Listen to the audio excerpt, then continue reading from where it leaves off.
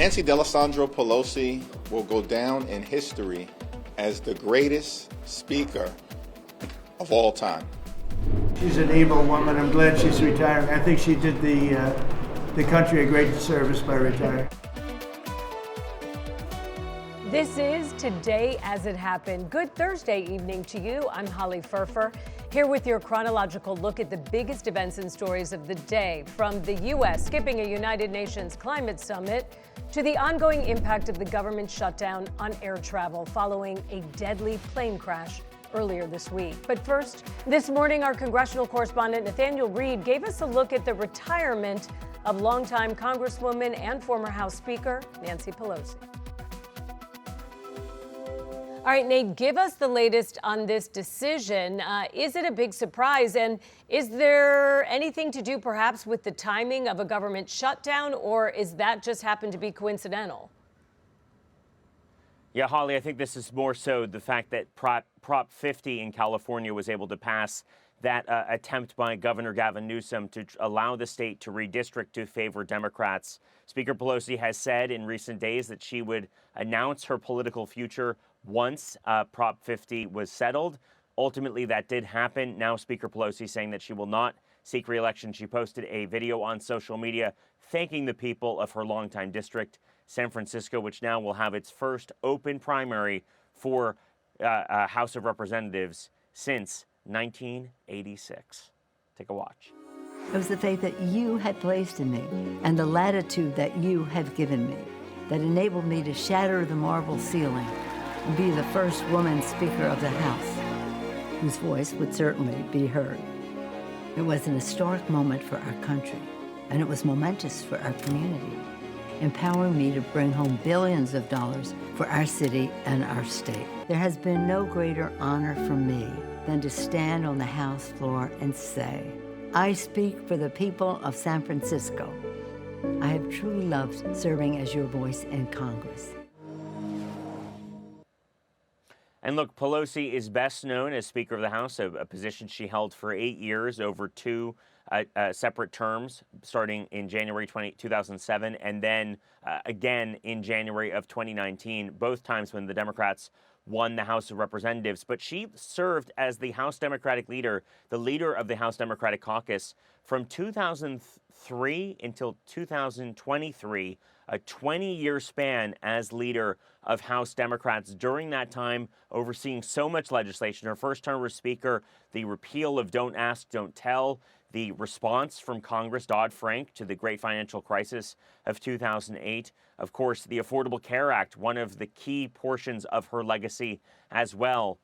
Going into her second term as Speaker of the House, the two impeachments that President Trump faced during and just after his first term. And then, of course, so much of President Biden's legacy, the CHIPS and Science Act, the COVID relief bills, the American Rescue Plan, the bipartisan infrastructure law, all accomplished because of Pelosi's ability to count votes. Not only that, but also her ability to lead House Democrats. There was a few questions when they took those massive roll call votes that we've seen so much of in recent years to elect the Speaker of the House, that Pelosi would have the support needed. She always came in, knew the votes, barely ever lost a vote on the House floor simply because she knew her House Democratic caucus so well. Now, Pelosi choosing to seek re-election after leaving the speakership, after leaving her post as the House Democratic leader in 2023.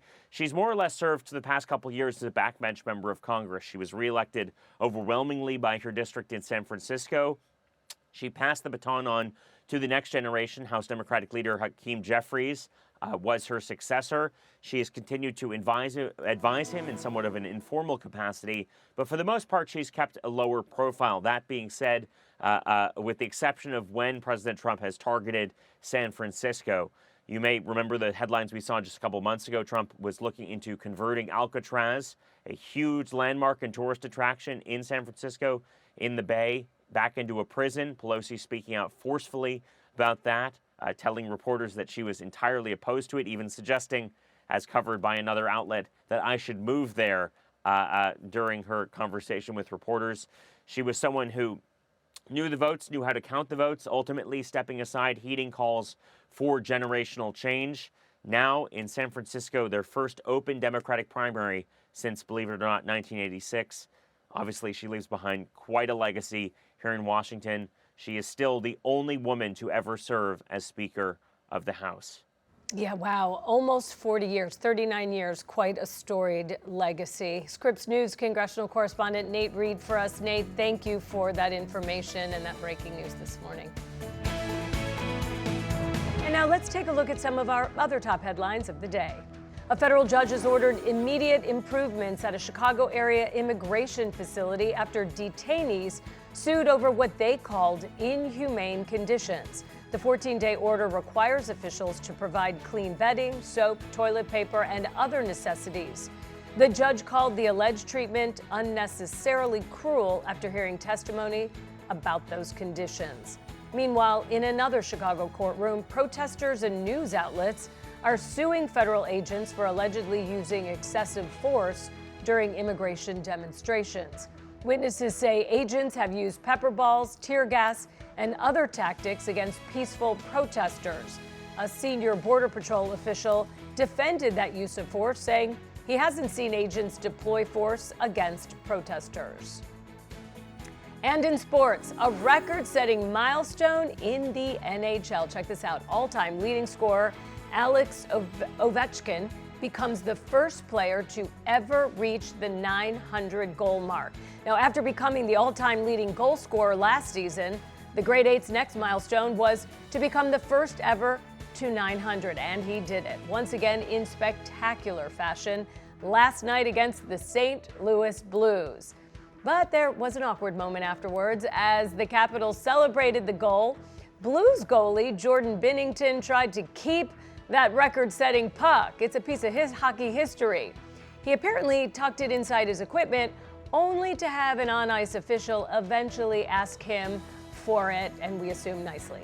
Binnington returned the puck, and no doubt it will make its way into the Hockey Hall of Fame. Flying is going to get a little more difficult starting this weekend, and it doesn't matter if it's for pleasure or business. The FAA will cut 10% of flights at 40 major airports starting tomorrow. The reason is air traffic controller shortages due to the government shutdown. United releasing a statement saying if passengers do not want to fly, they can get a refund. And Frontier CEO warning passengers you could get stranded. Scripps News Group's Sophia Vielba now joins us in Denver at the Denver International Airport, one of the reported airports that will be impacted. And Sophia, what are you hearing from the airlines and from people flying there in Denver this morning? Yeah, Holly, well, this news has come at just about the worst possible time right before the holidays. And we know so many of you have flights coming up just as early as tomorrow, which is when these cuts are set to take effect. Now, here is what airlines are telling us so far. Airlines including Southwest, American, United, and Frontier say they are working to get most flights out, but some domestic trips could be canceled or delayed. Frontier is allowing customers to rebook or request a refund if their domestic flight is canceled or delayed for more than 3 hours. And the same goes if your international flight is delayed for more than 6 hours. Southwest is saying they will contact you directly and in most cases automatically rebook you. You can also get a refund if your flight is canceled and you decide not to travel. And United Airlines is also allowing any customer who flies during this period to request a refund, and that applies to all tickets, even non-refundable and basic economy tickets. Now, I spoke with one traveler this morning who says they're already considering other options. I don't know, it's kind of scary, so it's up in the air, but I go with the wind, and I don't know, I'm pretty easygoing, so we'll see, but not good news. Well, starting tomorrow, flight reductions will start at 4% and then ramp up to 10%. And all of these airlines are really encouraging passengers to check your flight status as often as possible. Live in Denver, Sophia Vielba, Scripps News. All right, Sophia, thank you for that. And we hope things stay relatively calm today. And we're hoping for the best for you and everybody there in Denver and across the country. Thanks for that update. Coming up on Today As It Happened, a new report on security at the Louvre reveals the museum's surprising video surveillance password. Oh yeah, stay with us for Scripps News International correspondent Ross Cullen's reporting from Paris. That's after the break.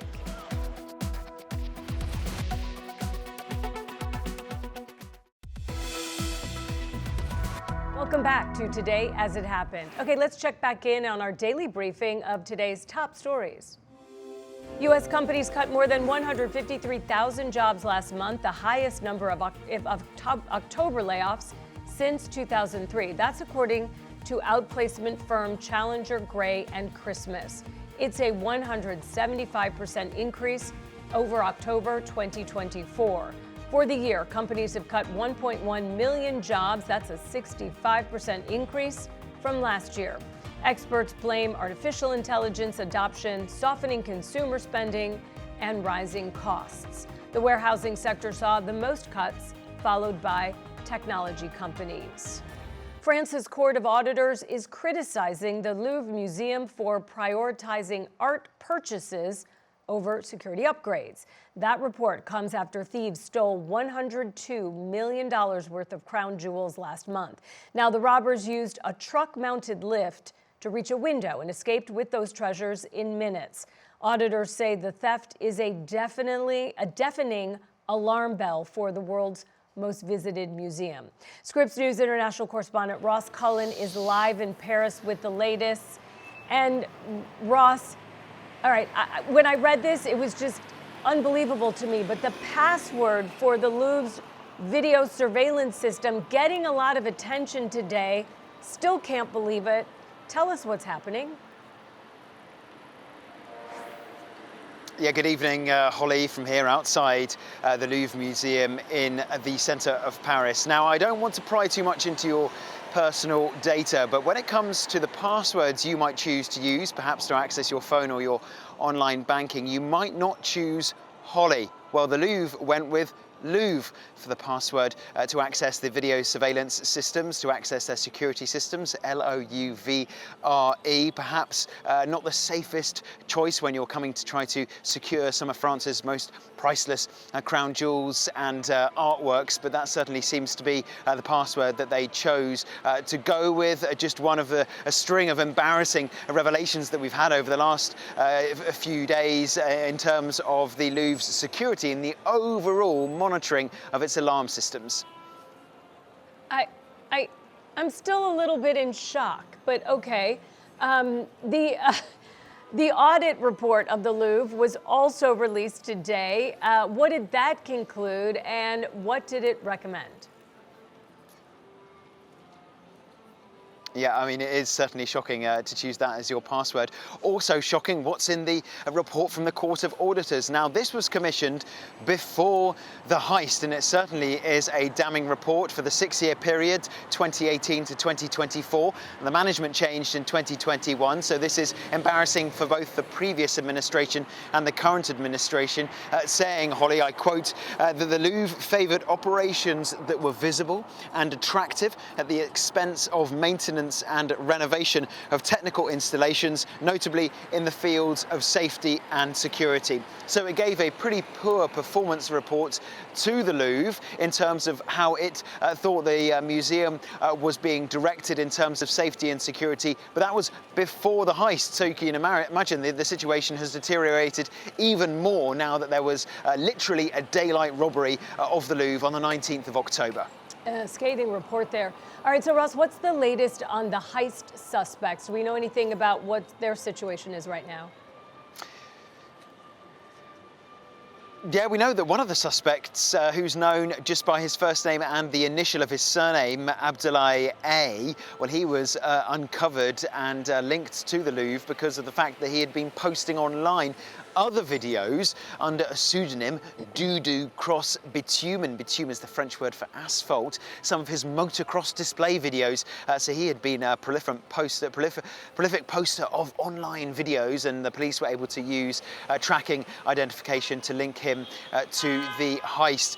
Certainly also reports that a former security guard here at the Louvre had been among those who have been taken in for questioning. Many people, Holly, were saying there had to be an element of an inside job to be able to loot $100 million worth of jewels from the Louvre during daylight operating hours, with thousands of visitors inside the museum, perhaps hoping to look at some of the priceless artifacts that were being stolen before their very eyes. So we have had an update from the police, and that investigation to try to get to the bottom of this heist does continue here in Paris. Holly.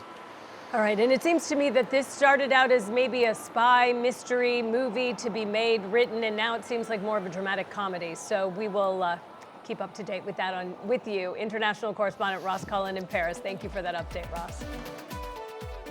Up next on Today As It Happened. It will allow a lot of people who are locked into high-risk obesity to finally lose weight, to reset, and then start doing the kind of things that will address the root causes of obesity.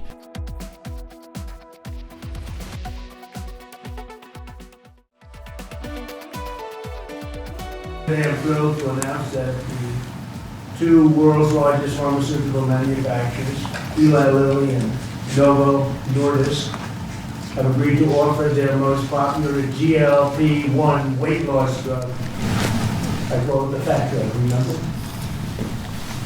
At drastic discounts. They're very effective drugs. You're watching Today As It Happened, Scripps News rundown of the biggest events and stories of the day. So let's get to it.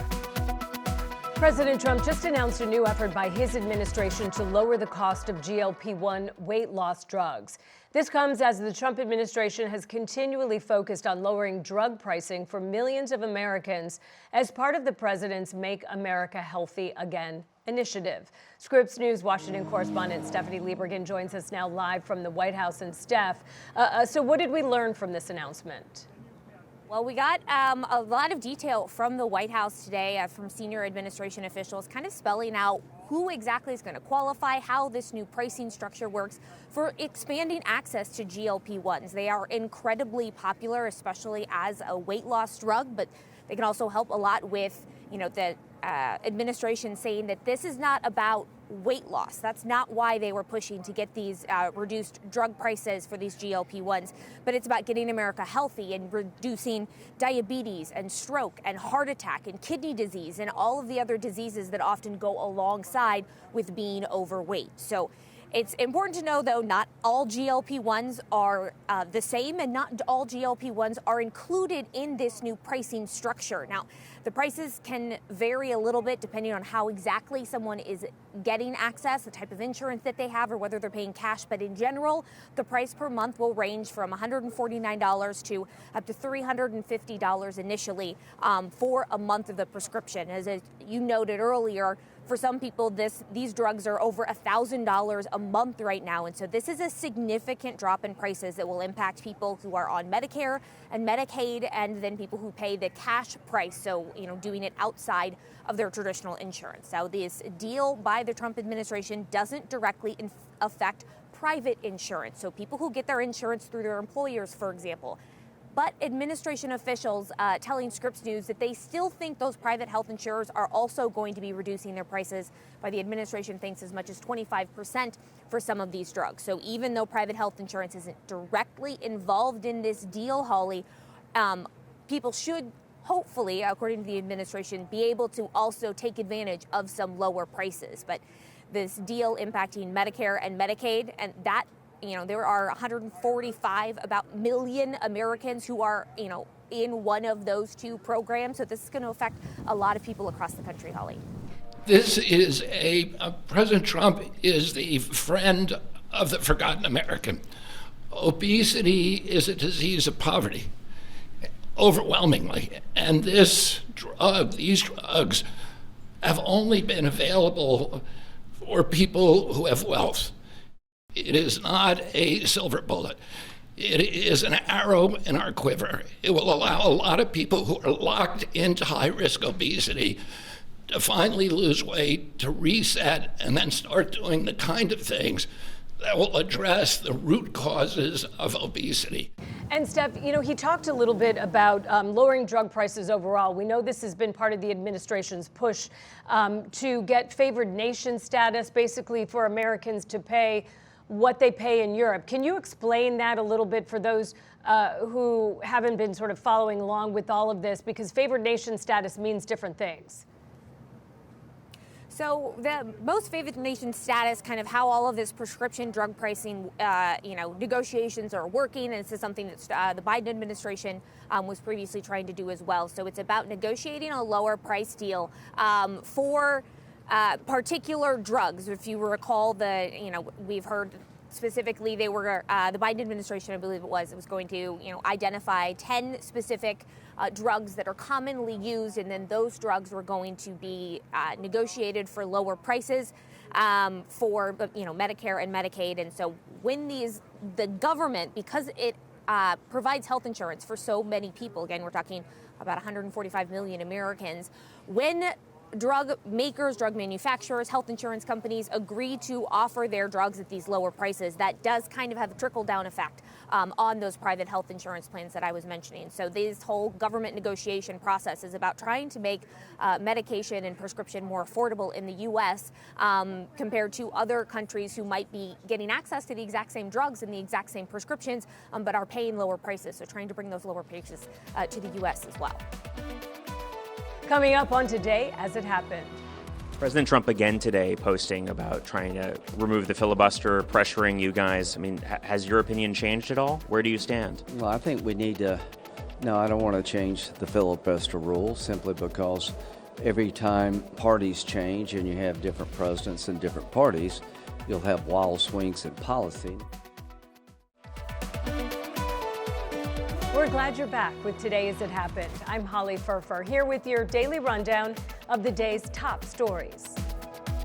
We do want to repeal the Biden-era subsidies, but we understand it'd be impossible to really do it in the middle of open enrollment. Makes more sense to do it in the beginning of next year and getting this out of the debate going into the elections next year. Are you worried that your party is taking a hit on healthcare when people log in and see those higher prices? Oh, when you're in power and you see the price go up, you're going to blame whoever's in power.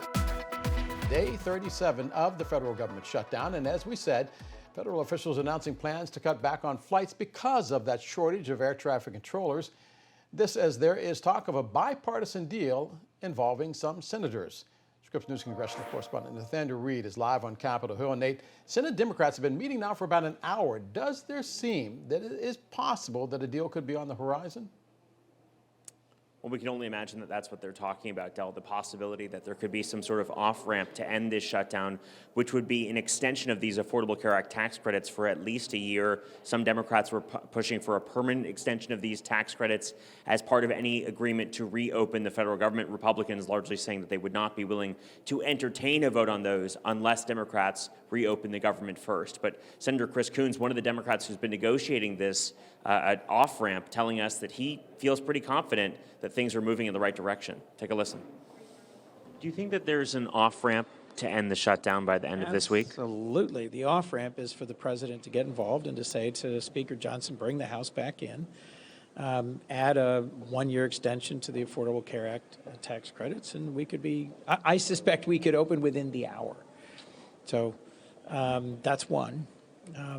A way to give people some optimism that the shutdown is going to come to an end soon would be for Senator Thune and Senator Schumer to actually meet, to elevate to the leadership level conversations that have otherwise been happening between members, just because so many of us want to see this shutdown end and don't see our leaders talking directly.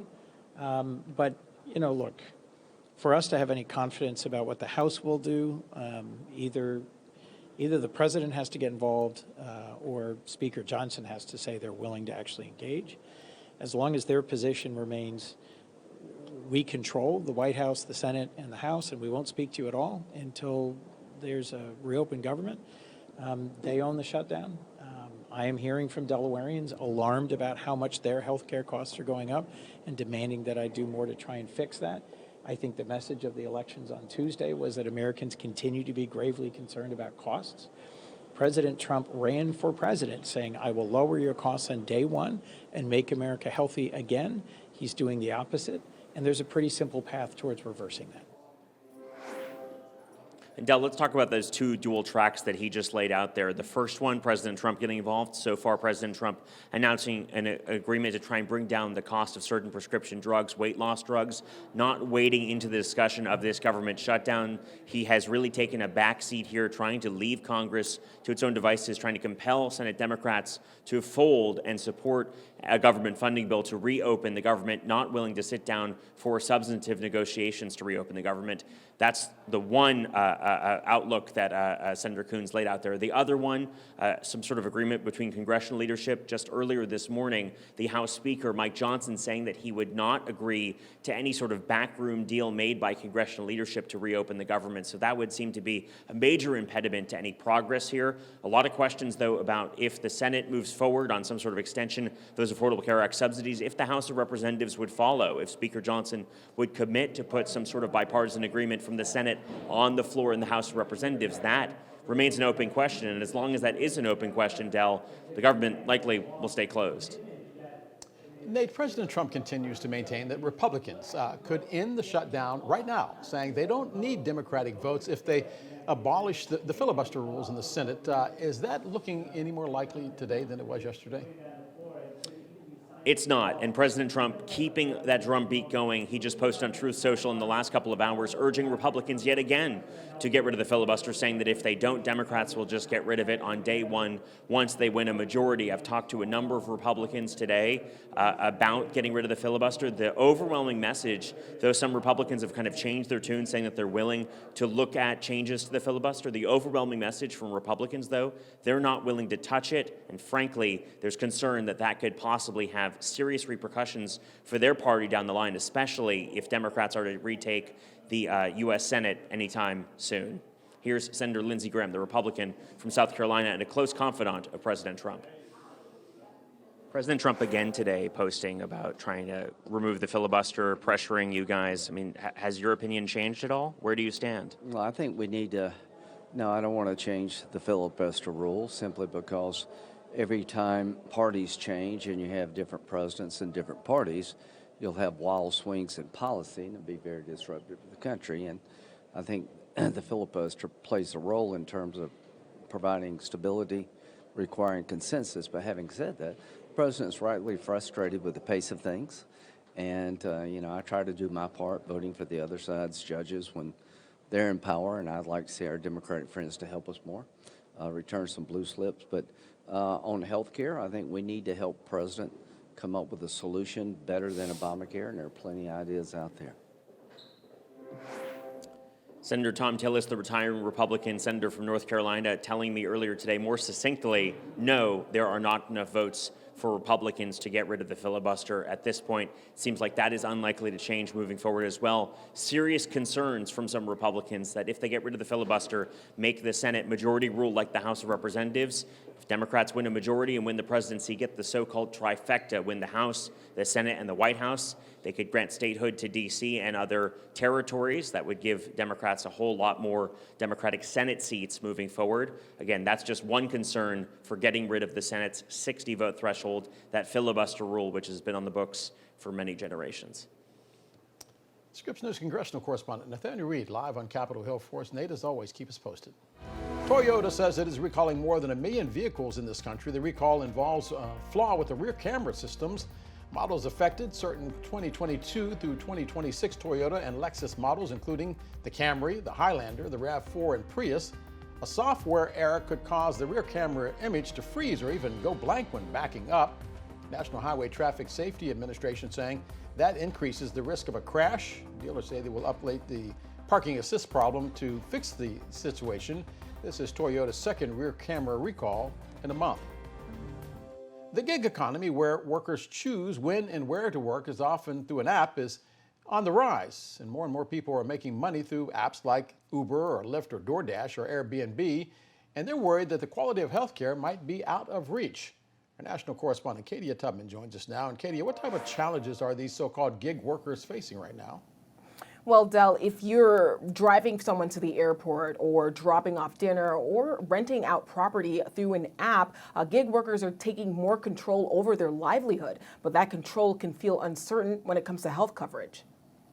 It's the gig economy, where more and more Americans depend on independent, on-demand work or gigs for their income. And while gig work offers them freedom and flexibility because they do not work directly for a company, they do not get employer-provided health insurance. Even the same insurance company that I've been with, every year the cost has gone up. When married couple Elisa and Keith Hazel entered the gig economy as Airbnb hosts several years ago, they went with little to no health coverage, mostly paying out of pocket. You're not really making any money, so you can't afford it. Now, parents, the two entrepreneurs say they need quality health insurance, but they are a part of a growing number of independent or gig workers who don't receive traditional benefits and don't qualify for Medicaid. They rely on government marketplaces and, like millions of Americans, are now experiencing sticker shock. We spoke with Alexa Irish, co-CEO of Catch, an online platform she walked us through that helps independent workers navigate Affordable Care Act marketplaces or their local state exchange. So this is the Catch website. The search started with a zip code, age, and gender. We're going to ask you essentially who's looking for coverage, when are you looking for coverage. Then we added income. It's what influences ultimately your premium price and the tax credits that are available to use. And we looked over our options.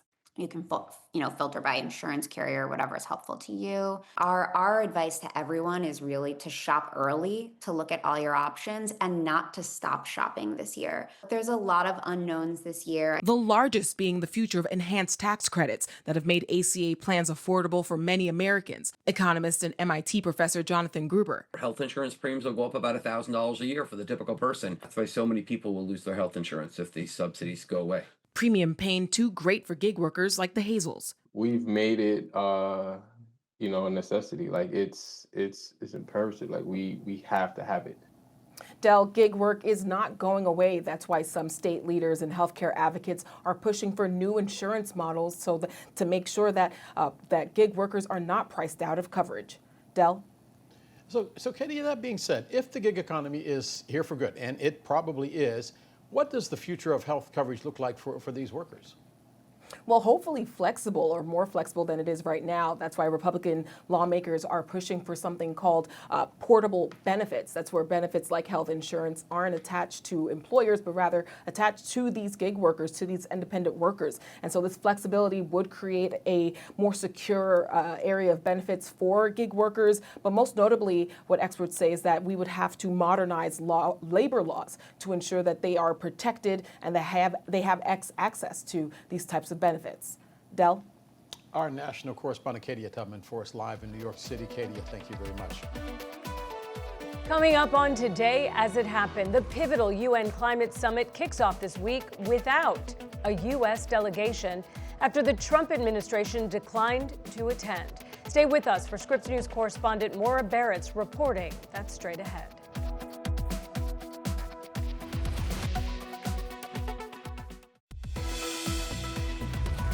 Welcome back to Today As It Happened. I'm Holly Furfer. Let's jump right back into a rundown of our top stories of the day. The paramilitary group that has been at war with Sudan's military has now agreed to a humanitarian truce. 40,000 people were killed in that 2-year war. Another 12 million have been displaced, 24 million people now going hungry. The agreement coming after the RSF seized El Fasher, which was the last Sudanese military stronghold in the Darfur region. The Sudanese military saying it will only agree to the truce if the RSF withdraws from civilian areas and gives up their weapons. The world's leaders, minus the U.S., are in Brazil at this hour, part of what is being called COP30, or the United Nations Climate Summit. The Trump administration declined to send a delegation, but hundreds of American activists are there pushing for stronger climate action. Summit coming as there is a new memo from Bill Gates that is sparking controversy. Gates writing the world should balance fighting climate change while at the same time tackling poverty. Our business and tech correspondent Maura Barrett joins us live now, and she has more on the summit and what is at stake with this summit, and how does the United States balance global climate change and also not being there? Well, there's a really key message being sent by the United States, China, and India not being present at this pre-summit leadership meeting that a bulk of world leaders typically do attend. I think it's important to note that the United States, China, and India, all put together, are the world's highest emitting countries. They're the ones causing the most issues when it comes to climate change. And so it definitely sends a message, and that's what climate advocates are criticizing, saying if the countries that are most responsible for these climate effects aren't here and aren't willing to have conversations about what we need to do to fix it, how seriously should we be taking it? And so in their wake, especially when it comes to the United States, there are hundreds of activists on the ground from Greenpeace, from the Center for Biological Diversity, from a bunch of different climate groups that are saying that their presence is needed there this week because their leadership is not, but they say that that's not what the United States stands for. I was emailing with one of their justice leaders with the Center of Biological Diversity, and she explicitly wrote to me that they feel like they need to be there so that international leaders aren't, quote, bullied or feel bullied by Trump to kind of derail the progress that has been made over the last several years when it comes to different negotiations. And she went on to say that she expects to see thousands of people marching in the street, collectively enjoy. They want that beautiful energy to be impossible for world leaders to ignore. And I think that's especially notable given that Belém, Brazil, is where it's being held right now. This is one of the first times in the past several years where protest is something that is legal in the country where this summit is being held. And so we expect to see a big turnout from activists all across the world on that note. And so there's a lot of financial conversations to be had. And again, the summit officially kicks off next week, and there will be some lower level officials we know from China coming, still TBD on what we might see from the United States in that sense. But it is really telling that they're not here for the specific, they're not there, excuse me, for the specific world leaders summit that's happening right now. Mara, take us back to that Bill Gates memo. He is arguing for what he calls a strategic pivot. How could that affect the conversation among world leaders? Well, when you have, from the public administration side, right, the government side of the U.S., sending this message, and then Bill Gates, someone who's been very involved on the private side in investing in clean energy and climate solutions, he released a memo last week ahead of the summit getting underway, and it sparked a lot of controversy because in the memo, he basically said that he wants to see strategy pivot from focusing on climate to focusing instead on human suffering and the welfare issue that is a struggle for countries that are in poverty. And this really angered a lot of climate scientists because they said that there needs to be action on all of it. It needs to be happening in tandem, that climate change isn't something at the end of a list that needs to be tackled. I want you to hear from the chief climate scientist for the Nature Conservancy who spoke very passionately about this. That mental model is fundamentally flawed because climate change is not a separate bucket. The only reason we care about climate change is because it affects everything else we already care about. Our health, our welfare, our well-being, poverty, hunger, disease, and the economy, national security, you name it. So climate is rather the whole in every other bucket. And so other climate scientists have gone on to say that it's not a resource issue when it comes to where money needs to go to tackle climate change. It's more of a policy issue. And that is what a lot of world leaders, a lot of the conversations and negotiations that will be happening over the next 10 or so days will be focusing on in terms of how they can implement different policy to ultimately tackle the issue of rising global temperatures, Del. Scripps News business and tech correspondent Mara Barrett, live for us from Denver. Mara, thank you very much. We'll be right back to continue our rundown of today's top stories on Today As It Happened.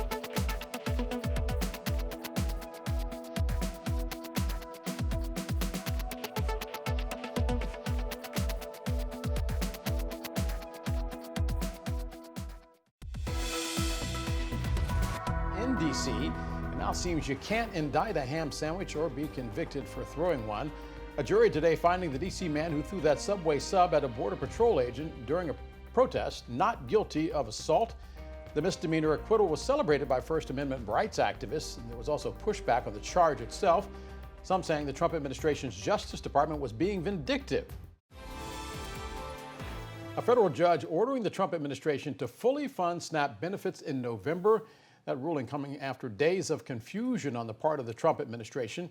First saying it wouldn't pay the benefits, then saying those who rely on SNAP would only see partial payments. 1 in 8 Americans rely on those food stamps, so this is a significant ruling. Let's get right to Scripps News Washington correspondent Stephanie Liebergen, who is at the White House. And Stephanie, in the judge's ruling, he talked about people being harmed by the politics of SNAP funding. What did he say? Hey, Del, good evening. Well, this court case really, the judge coming down against the Trump administration, really seeming frustrated with the fact that he had previously ordered the Trump administration to at least make the partial payments by yesterday. But as we've been reporting all week long, while the administration has put out the schedules, they have said in previous court filings that it could take weeks or even months for the partial payments to get delivered, because that's not how the state systems are built, and they're not established and ready to send out partial payments. And that really is the key problem here. So the plaintiffs in this case, this is the one based out of Rhode Island, filed a new motion with the court saying that the Trump administration was not fully complying with the previous court order that ordered those payments to be delivered by yesterday. And the judge certainly seemed to agree. I want to read a portion of what he said in court today. The judge saying the defendants failed to consider the practical consequences associated with the decision to only partially fund SNAP. They knew that there would be a long delay in paying partial SNAP payments and failed to consider the harms individuals who rely on these benefits would suffer. So now, in this new court ruling that the judge gave from the bench today, so we don't have the court documents yet to see all of the specifics, but the judge did order the Trump administration to fully pay SNAP for the month of November by tomorrow. What we don't have an answer for is where exactly that money is going to come from. The contingency fund that the Trump administration was relying on to make those partial payments was not going to get to the $8 billion that the government needs to fully fund this SNAP program for the month of November. In previous court filings, the Trump administration had objected to the requirement to fully fund SNAP, using the word that they didn't want to raid other parts of the government budget in order to fund SNAP. But that seems to be exactly what the judge has ordered the Trump administration to do. We have reached out to the White House, to the Office of Management and Budget, to the USDA that oversees the SNAP program, to try to find out if they're going to appeal, to find out what's next, to find out if fully funding SNAP is something that they can do within the next, 24 to 36 hours by the time you get to the end of the day tomorrow. But this new decision from the judge today certainly should be welcome news for families across the country, the 42 million of them that rely on SNAP benefits in order to, go through the grocery store every month. But I would understand with those families that have been going through, I imagine, a ton of back and forth in the last few weeks, that they're not really gonna feel confident that they're gonna get their November SNAP payment until that money actually hits their accounts. But at least as of right now, according to what this federal judge has ordered, Del, out of Rhode Island, that money should be in their accounts by tomorrow. But we'll have to wait and see what exactly the logistics of that and where that money might be pulled from some other part of the federal government budget. It was supposed to be in their accounts by Saturday. It was not. Stephanie Liebergen, our Washington correspondent. Stephanie, thank you very much. Thank you so much for joining us on Today As It Happened. I'm Holly Furfer. We hope you have a great Thursday night.